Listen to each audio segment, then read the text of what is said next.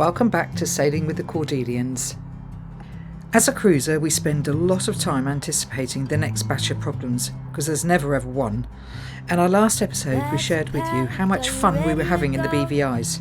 In this episode, we show you just how quickly things can go wrong and how one such incident has destroyed our sailing plans. 8 metres of water and we've only got 15 metres of chain out. Obviously we could let out a lot more chain, but we've got bad weather coming in tomorrow and the next day, so we've got to move from where we are. Now I've got to try and get creative. We are the Cordelians, Steve, Annette and Gus. Hurricane season in the Caribbean is just 6 weeks away and we're en route to start a major refit on Cordelia, our beautiful Venus 46 Ketch. We've been anchored at Sandy Island for a few days now, but we've got some bad weather coming in and we need to get to a protective anchorage. And just in case we can't get off the boat to give Gus a run, we've decided that we're going ashore now. This is Sandy Island off of Little Just Van Dyke Island.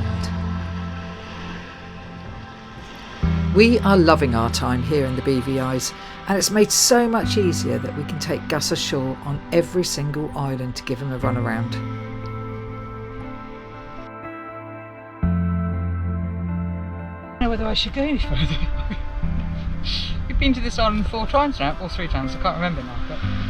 and we've never come into the bush like this. Gus, come here. No, there's a crab there. They're crabs. Oh my God. Yes, Gus. No, Gus, come here. They're not dead, are they? Go on, out!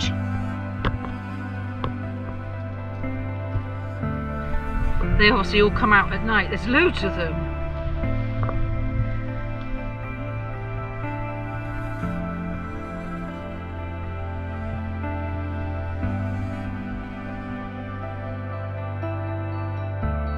Years ago, Steve and I rented an island in Thailand.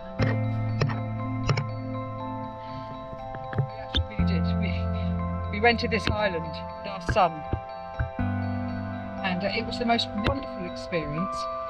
And at night, because we had a tent on the beach that these people had put up for us, and at night we could hear all the rustling in the grass and in the kind of the dried grass and that, and it was crabs, hermit crabs like those, all making their way down to the beach, down to the water. Yeah, it went on for hours, just rustle. My son actually freaked out a little bit, but it was amazing to hear and to watch. It was a good few years ago now, though. Isn't that beautiful?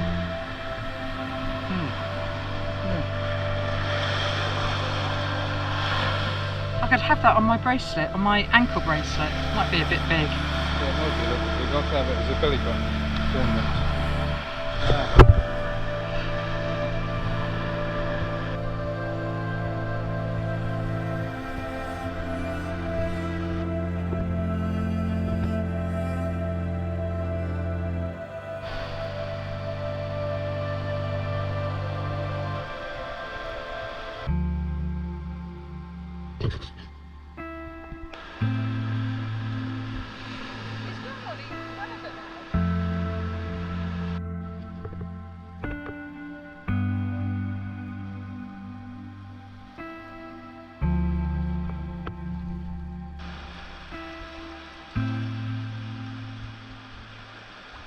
Good morning, you beautiful people!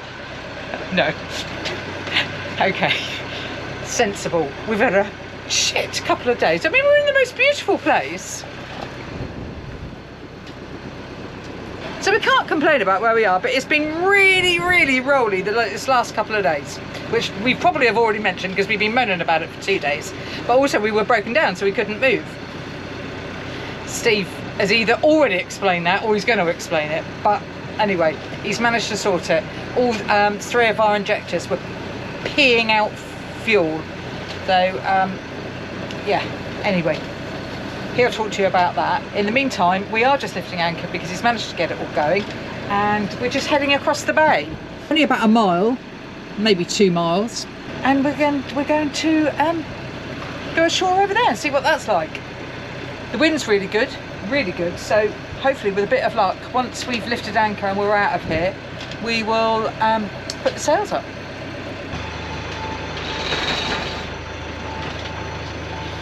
Not good.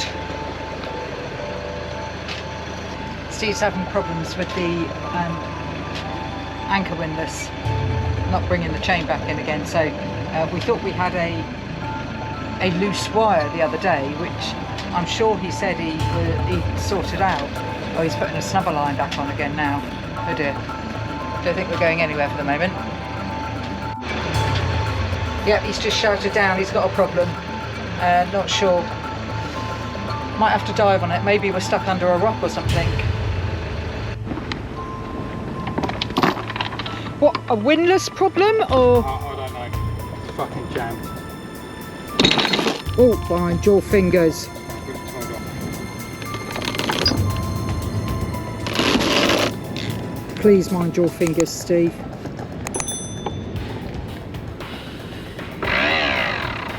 No, that's not turning.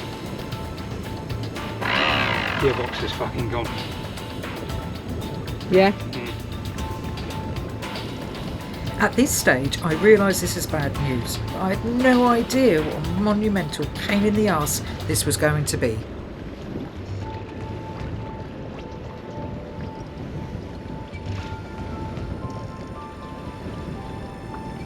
Well, between us, we're going to have to lift it up, aren't we? In.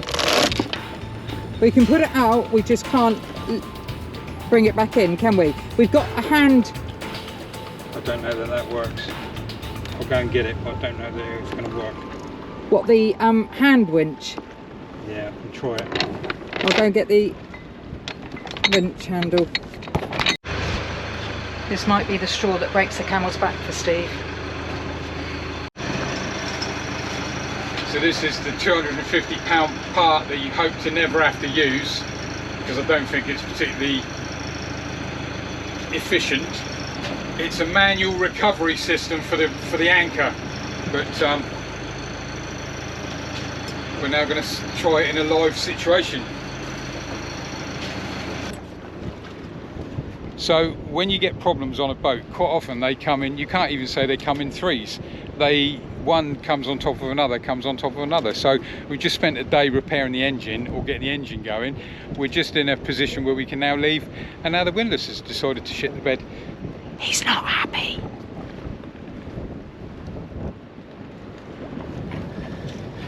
So the idea is that that goes in that hole.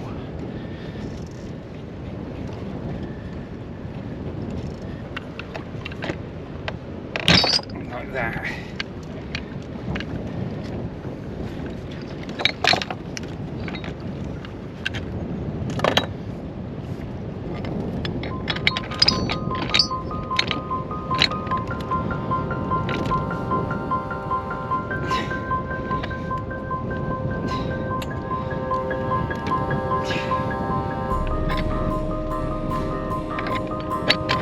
It's going to be one of those things where I've never used it. I've had this for 10 years and I'll go to use it and actually go, the bloke who designed it, fucking twat.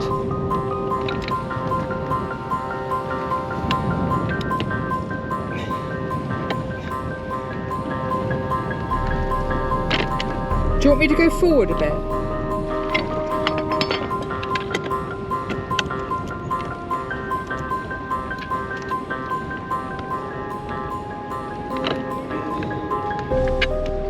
Theoretically, I should be able to release those lines and it not just fucking run away.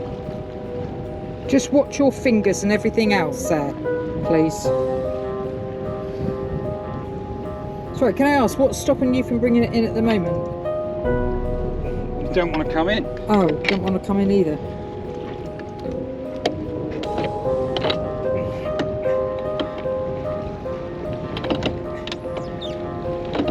Bring it in like that. What stops it going back? Yeah, it's going back to the same Going back where place. it was, so I'm not actually gaining anything. Oh, there it is. I'm going to go back to the wheel, Steve, just in case we are Yeah. off the bottom, because we're now on the lee shore straight onto that reef there.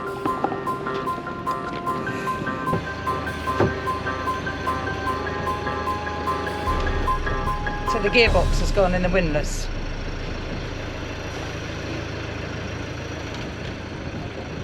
We've noticed a few problems with it the last few times that we've anchored, if we're honest. What's happening now then? I thought I might be able to lift it by hand. No fucking way. No fucking way. So now I've got to try and get creative. Excuse me. Why can't you lift it? It's too heavy. What, the anchor and the chain together? Just too heavy? Yeah. That's if we're not round a rock. I don't think we're round a rock, but I'll be able to tell when I'm just. What I'm going to do is I'm going to put a line on it from the mast and try and winch it up with the winch from the mast. Well, we're now in 8 metres of water and we've only got 15 metres of chain out. Obviously we could let out a lot more chain, but we've got bad weather coming in tomorrow and the next day, so we've got to move from where we are into a kind of safer anchorage. So come what may, that chain and anchor's got to come up. I can't even go and help him right at this moment because that is a reef behind us. We cannot afford to drift into that. You can't see, but he's managing to winch the chain up from the mast using the line on the chain and winching it up.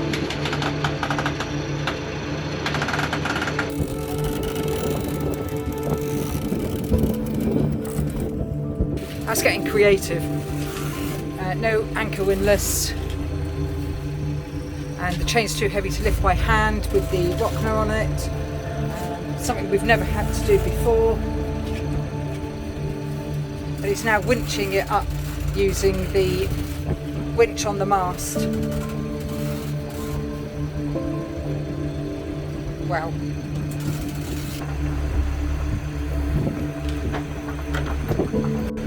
Give up. I do trust my knots, but Yeah, there's a lot of weight on it I'll though. wait up there.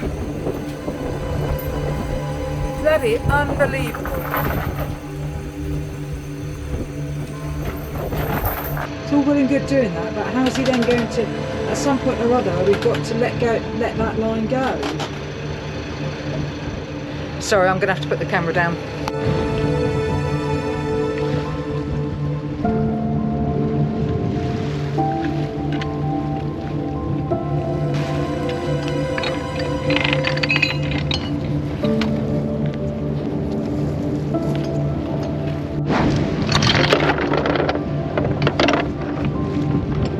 Can't tie knots very well.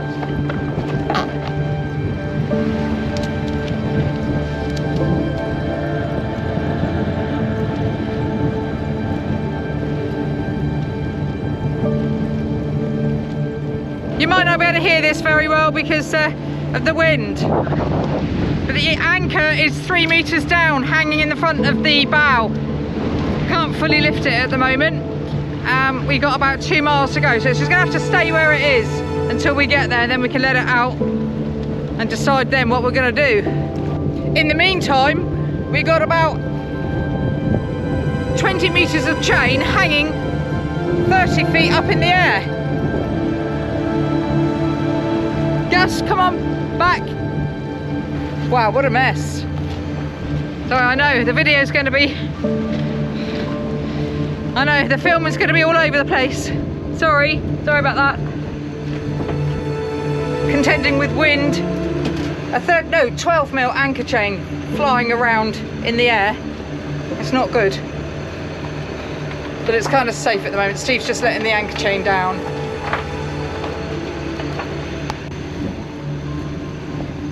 So plan B, we're going round to West Bay, isn't it? Soper's Hole. Soper's Hole, which is where the ferries go to USVI, rather than go in the bay that we were going into, because highly likely that we're going to have to lift the, or Steve's going to have to lift the anchor again by hand, and rather than do it again and again, we need to see if we can get it repaired if Steve can't repair it. So Soper's Bay would be better than where we were going. Well, that's the plan now. We've always got to have a plan B or a C or a D. Well, we made it round to Soper's Bay, anchored up. We're in 6.5 metres at the moment. Steve's got 40 metres of chain out. We certainly don't want to put out any more than that, because at the moment obviously it's got to be pulled in by hand or by winch. So and just as we dropped anchor, the freezer decided to start warming up, which it does roughly every 2 weeks now, and it was due. So anyway, it was get here, anchor up, decide to have something to eat, don't really feel like anything to eat, a lot of tension, and then what to do first. So we need to make fresh water. I need to check what's going on with that windlass and find out whether it's something terminal or whether I can actually fix it, bodge it, do something with it. First job was regas the freezer, which I'm getting quite good at now. Reason I picked that one first, can't afford to lose the food. Food's very expensive here, so we've got to use the food that we've got. So the first thing was get the freezer done. Next thing is going to be make some fresh water, because we're just about to run out of water. So third job is work out what's going on with the windlass, as to whether, I'm hoping it's a broken keyway or something like that. That's my hope, because I do have some key stock that I can make a key out of. If it's actually the gears that are gone in it, I don't know what we do. We'll have to order parts, and I don't think I can order the parts into the BVIs. So anyway, we'll cross that bridge when we come to it, but it's never a dull moment. Never a dull moment. So this is Soper's Hole.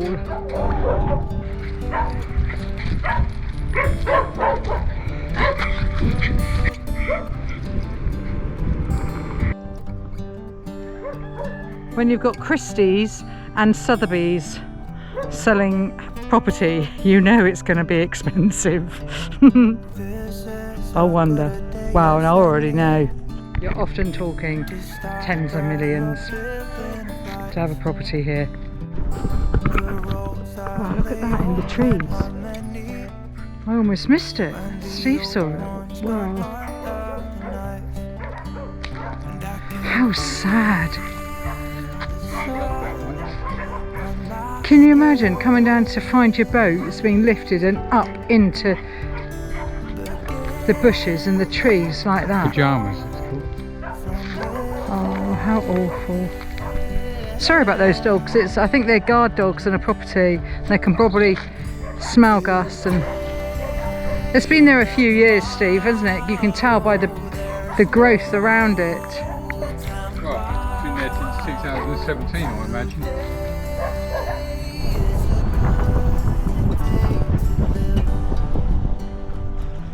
It's very shallow in there. You see how clear that water is?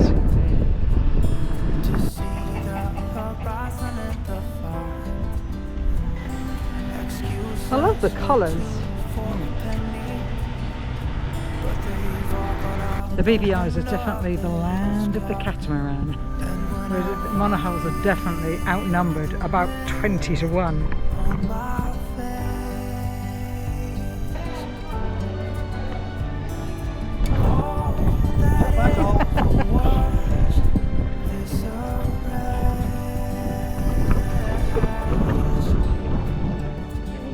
And they're off. We came out to de-stress. Do you feel a little bit de-stressed now? Well, I am now. I've had a Coke. And they didn't have my pants down because I'm in the BVIs, and everybody told us. We come to the yacht club, or marina, at the top of Soper's Hole, and 2 drinks, pineapple juice and a Coke, $5. That's cheaper than St Martin. Yeah. It's half the price of St Martin. So yeah, it's been a lovely walk. Walked all the way around Soper's Hole. Seen some chickens. I've seen loads of chickens. Seen a load of cats, as in catamarans. Stop thinking about a broken boat for 5 minutes until we get back. No, we get back, have some tea, watch a bit of TV, start the boat jobs again tomorrow.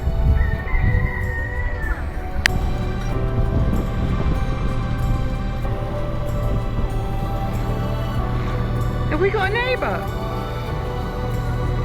Or is that a lot further out? In all the years that we've lived on Cordelia, I've never known Steve not to be able to fix something that's broken.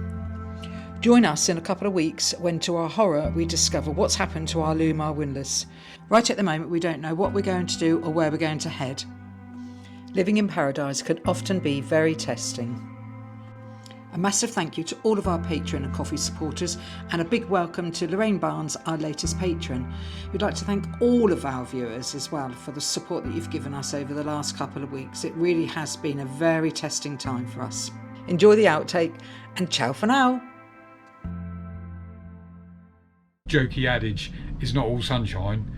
Just the last few days, it's definitely not all sunshine. It is sunshine, but with a fair degree of I'm pissed off working on a rolly boat in a rolly anchorage. But shit happens, I suppose. Just got to get on with it. Got no choice. Got no AA out here. Got no AA out here. Got to be self-sufficient. And Annette baked a cake, and when she bakes a cake, she always moans, but they are nice. It did come out slightly funny because the rolly boat made it like a wedge, but not a wedge like a normal wedge. It made it like a wedge like that. But it does taste nice, and we had a slice of cake last night, and I always feel better after having a bit of cake and a cup of tea. Bit of cake and a cup of tea. Bit of cake and a cup of tea. She'll get the message in a minute. Bit of cake and a cup of tea. Okay.